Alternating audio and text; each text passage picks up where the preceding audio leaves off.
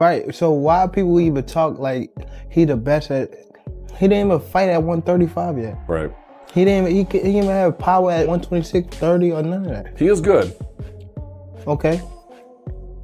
How can you? All that's just okay. Think when's that fight between him and Teofimo Lopez if they fight? If they fight, I think Shakur wins. I think Shakur wins. This reason, Teofimo Lopez, we've seen him at his best, but he typically brings out his best characteristics when he's back against the wall and he's counted out. And he's going to be counted out in this fight. By and large, people are going to side with Shakur in this fight to win the fight because he's the more consistent fighter, he's the more class fighter overall. Boxing professionals shared divided opinions ahead of Shakur Stevenson versus Teofimo Lopez. Gervonta Davies voiced frustration while talking about Stevenson, questioning why he's treated like a champion before proving himself at the highest level. Davis suggested that reputation alone means nothing in elite competition and implied that true respect only comes after being tested and defeating top opposition inside the ring. 35 contemporaries have a lot to say these days. Shakur Stevenson, well, of course, he's now 135 after all that stuff, and then Devin Haney. Right. So why people even talk like he the best at? He didn't even fight at 135 yet. Right. He didn't even. He didn't even have power at 126, 30, or none of that. He is good. Okay. How can you? All that's just okay. How can you stop people that can actually hit? No matter all that boxing, you're going to get hit. Paulie Malignaggi and Chris Algieri broke down the upcoming matchup, sharing insights into both fighters' strengths and how they're viewed by the public. Paulie noted that Lopez often faces criticism and is frequently underestimated because Stevenson has greater popularity, a bigger fan base, and more visibility. Many fans naturally side with Stevenson, assuming he has the advantage. However, Paulie stressed that fight night is when reputations are truly tested, and Lopez has the chance to exceed expectations. He believes Lopez will rise to the occasion, proving his skill and toughness in the ring. According to Paulie, this fight represents Lopez's opportunity to showcase his ability on a global stage, demonstrating that he can compete at the highest level and potentially defeat Stevenson convincingly. Situation, because Teofimo is at his most dangerous when he's counted out.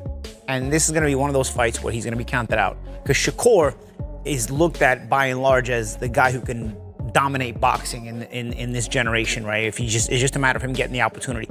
I myself have felt that he's the guy who could and should be dominating boxing if he gets the right matchups. But bro, this is one of the rare matchups, if not maybe the only matchup, where I feel like it's a big threat here to Shakur. And then they would all come undone because of this reason. Teofimo Lopez, we've seen him at his best, but he typically brings out his best characteristics when he's back against the wall and he's counted out. And he's going to be counted out in this fight.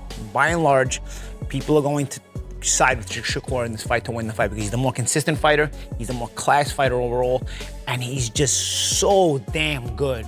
But Teofimo has a way, when you're so damn good and he knows you're so damn good and everybody feels like you're gonna beat him, there's just something about Teofimo, man. He brings out a different level and somehow supersedes that guy who is that damn good. I've seen it. We've seen it already. I'm not saying anything that anybody else hasn't already seen, okay? I'm just stipulating it. I'm gonna tell you right now, I don't know who wins this fight. Because again, your better head says Shakur, but then you think about, man, Teofimo, again, He's got the X factor. I just explained. He's got the talent to I'm telling you right now. Yeah. Shakur is extremely talented and could be the face of boxing as far as being that good and being that dominant, even though no matter how good you are. But this is one of the rare fights where you can get beat. And I don't ever want to hear any of you tank nut huggers that he fights one Uber driver after another. If Shakur Stevenson loses this fight, I don't ever want to hear any of you saying, oh, what about Shakur now? Tank this, tank that. Tank fights the guy that delivers my pizza. He fights the guys in the back that are doing the production. He fights the truck driver. I don't want to hear because he would never have gone. Lamont Roach approaches the matchup with confidence in Shakur Stevenson's control of the ring. From Roach's view, this isn't a fight filled with chaos or unpredictability, but one shaped by rhythm and command. He sees Stevenson as a fighter who sets the pace from the opening moments, using distance and timing to force opponents into uncomfortable tempos. Roach suggests that if they were to meet, Stevenson's ability to read movement and shut down offensive patterns would limit much of Teofimo Lopez's explosiveness. In his opinion, the fight wouldn't turn into a war, but into a showcase of how precision and discipline can neutralize aggression.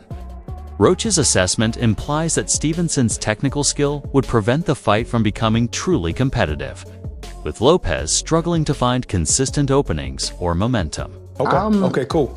But and doing that, and so I was always going to fight this year. He knew that too. I was always going to fight this year. It was going to be either like a tune-up or something before I fought him, if we were to get that together.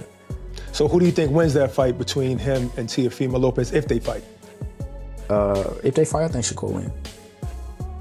I think Shakur wins. And I don't think it's going to be like a super tough fight either. I think he just, his IQ will frustrate him. And, wow. Don't you think Teo has also good ring IQ and also is slick, fast? I think explosive? so, but when you look at Teo's performances against guys that are just pure boxers, it's just like he almost lost to Sandor Martin. Some people thought he lost to Sandor Martin. Who else? He did beat Loma, who's arguably at the time considered one of the best in the world. He did, and that was a hell of a performance too. A hell of a performance too. So yeah, I mean, I think he's hit or miss. You gotta think he got stuff. He a little cuckoo too. Like he has like a little mental lapses every once in a while. Look at the Kambosos fight. Like that's a fight that people would never expect Kambosos to win, and he won a grueling match against him as well. So I just I don't know. I don't think he can get it done against Shakur when it comes to like because it's going to be just a skill match. I don't think he's going to try to rough Shakur up. And Roy Jones Jr. frames the matchup around preparation and execution rather than reputation. He stresses that Lopez can't afford any loss of focus against a fighter like Stevenson. Jones explains that Stevenson excels when opponents hesitate or break structure, quickly taking advantage of mistakes with clean counters and positional control.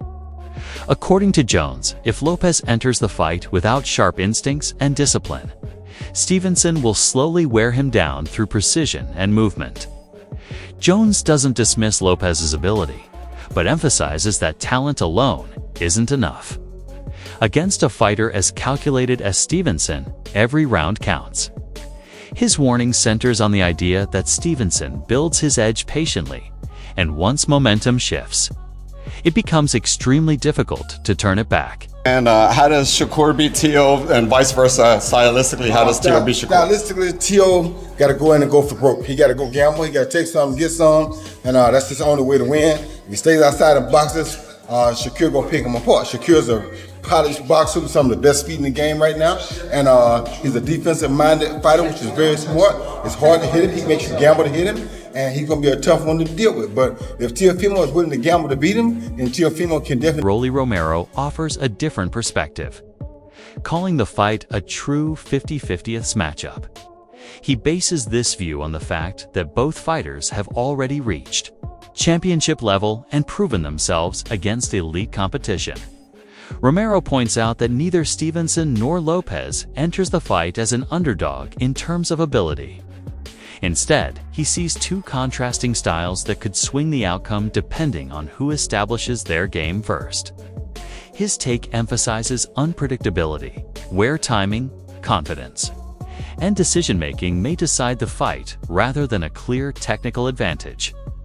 By recognizing both fighters as world-class, Romero frames the matchup as one where in-fight adjustments could matter more than pre-fight expectations. Lopez needs opponents like Shakur Stevenson because they are elite fighters. He needs that to bring out the very best in him. I just can't see how it's possible that whilst Teofimo, we've seen a ceiling with him in terms of he's been beaten by certain opponents, we know that he can lose in the ring, but I don't know if that's a genuine ceiling, because I think that his ceiling is actually one of the most changeable in boxing based on who's in front of him. And so actually, I think there's a very, very good chance we're going to see the best possible version of Teofimo Lopez in the ring against Shakur Stevenson. But we should talk about Shakur Stevenson before we get into the nuts and bolts of the fight, what it might look like, and why it is so risky for both men. Now, Shakur Stevenson is currently undefeated. He's 24-0 with 11 KOs. He turned pro back in 2017. He's the same age as Teofimo Lopez at 28 years old, both men in their athletic primes. He's 5'8". I mean, these are on paper heights, so potentially a little bit shorter. He could even be a bit taller than Teofimo Lopez. I really need to see them next to each other to make that assessment. No lifts in the shoes, all that stuff. But around the same size is the most important thing. The difference though with Shakur Stevenson is he's actually a 3-weight division world champion, and he started a division lower than Teofimo Lopez, meaning naturally it would appear that he's slightly the smaller man. Although that doesn't necessarily mean they're now not the same size. He could easily have filled out to be rough with the same size as Teofimo Lopez is on the night in the ring. Now for me, I'm going to jump back to 2021 to first start talking about Shakur Stevenson, when he managed to get a win over Jamel Herring. Again, he'd had significant wins before this fight, but it was the first one where I really tuned into his career. Notable wins had already come against Joet Gonzalez, Jeremiah Nakathila, but no one that was really a household name. Maybe Joet Gonzalez. No giant names. Jamel Herring was the first one where I was like, I know who Jamel Herring is. He beat Carl Frampton. He beat Lamont Roach. This is a very, very decent operator. And what can I say? I mean, Shakur Stevenson just absolutely dominated him and TKO'd him in the 10th round of their fight. But this was a really, really landmark, standout performance from Shakur Stevenson. The talent was there for all to see. Everybody could tell this was... That's all for today's video. Stay tuned for what's next.